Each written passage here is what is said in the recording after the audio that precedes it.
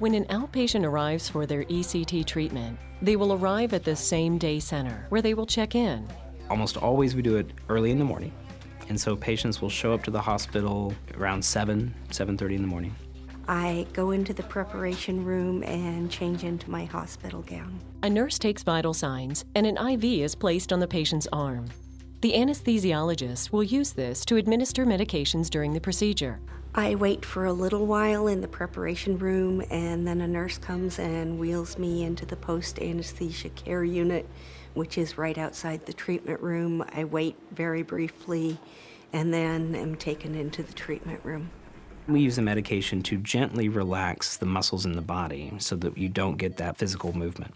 The relaxant lasts only a few minutes, and during this time, the patient will need help with breathing. And then we give oxygen, so we make sure that the patient has, all the oxygen they need through the procedure. We're just going to give you some medicine to make you real sleepy. All you have to do is just keep taking those nice big breaths all the way in and then all the way back out again. Once the team is sure that the patient is completely unconscious and will feel nothing, the procedure begins. And the treatment involves 2 electrodes, essentially, that we put at different places on the scalp. Electricity passes from one to the other. That then causes the seizure. The seizure lasts anywhere from 30 to 60 seconds in most cases. The doctor reads the EEG tape to ensure the seizure was long enough and strong enough. The amount of electricity actually used to cause the seizure is very low. You could be touching the patient anywhere on the body and you would not feel a thing. When the doctor is satisfied and the treatment has caused an adequate seizure and the seizure is over, the patient is wheeled into the recovery area.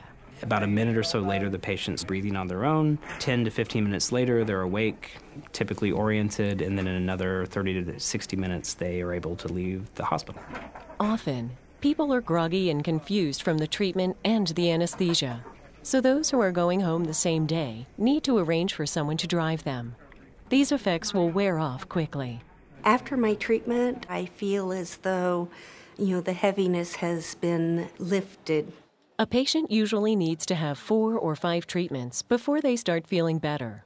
Family and friends might very likely see improvements before the patient notices a change. I didn't notice an improvement in my mood for, I think, at least till the 2nd or 3rd treatment, and then I noticed a small improvement and then a much larger improvement after that.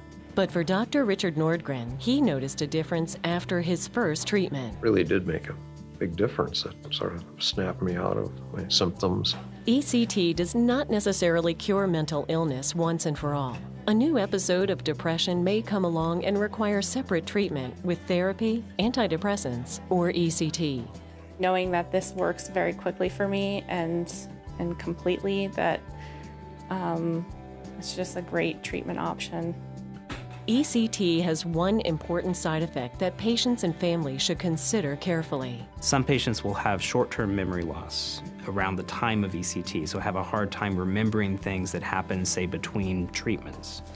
Some patients will have memory loss for things that happened to them in the past, and so some event they went to that they used to remember very well, they may not remember it as well as they used to. These memories may or may not return. Some additional common side effects could include headaches, nausea, and muscle aches, though these can be typically managed with medication given during the procedure. What really matters is I feel reconnected to life. I feel like getting up and doing things and seeing people and just generally being active and social. Electroconvulsive therapy is an aggressive treatment, recommended when other treatments haven't worked, or when a patient needs immediate help.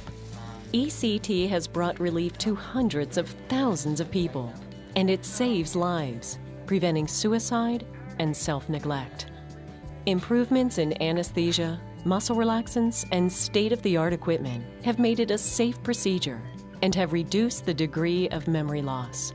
Patients recover quickly, and ECT does not cause brain damage or change personality. For someone who would be looking into ECT but still wasn't quite sold on the idea, I'd have them definitely talk to their doctor and Ask a lot of questions and listen to the answers and talk to people who've had it.